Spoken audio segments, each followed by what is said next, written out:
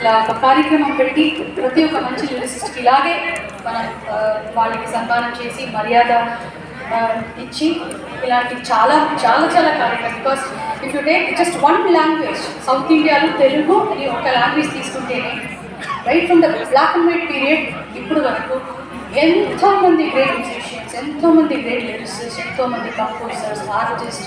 Hour film industry is really really big, particularly south Indian film industry. ఇలా పెద్దవాళ్ళకి ఇలా సన్మానం చేసేది మనకి అది గౌరవం. వాళ్ళకన్నా వాళ్ళకి మర్యాద కూడా మనకి అది గౌరవం. ఇలాంటి ఒక కార్యక్రమంలో పాల్గొనడానికి నాకు అవకాశం ఇచ్చినందుకు పెద్దవాళ్ళ అందరికీ నాకు thanks. Thank you so much. Chandrabose garu ఒక్కసారి వేదిక మీదకి వచ్చి ఆవిడ సత్కరించాలనుకుంటున్నా.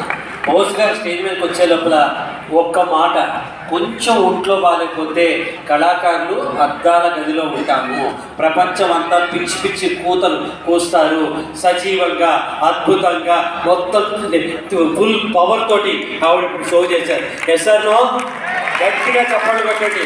అమ్మ శతమానం భవతి. ఉన్న చిన్న చిన్నవన్నీ వెళ్ళిపోయాయి అనుకోండి, మీకు హెల్త్ బాగాలేకపోవటం it's common for every one.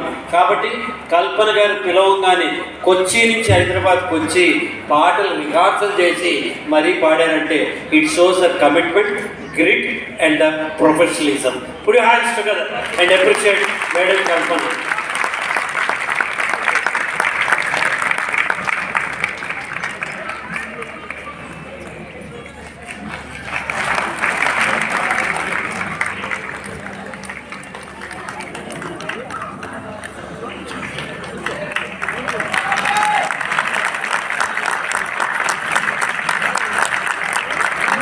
We are all with you అని వీళ్ళు చేతులు ఎత్తారు. అందరూ 2 చేతులు ఎత్తండి, చెప్పండి Kalpana garu we are all with you.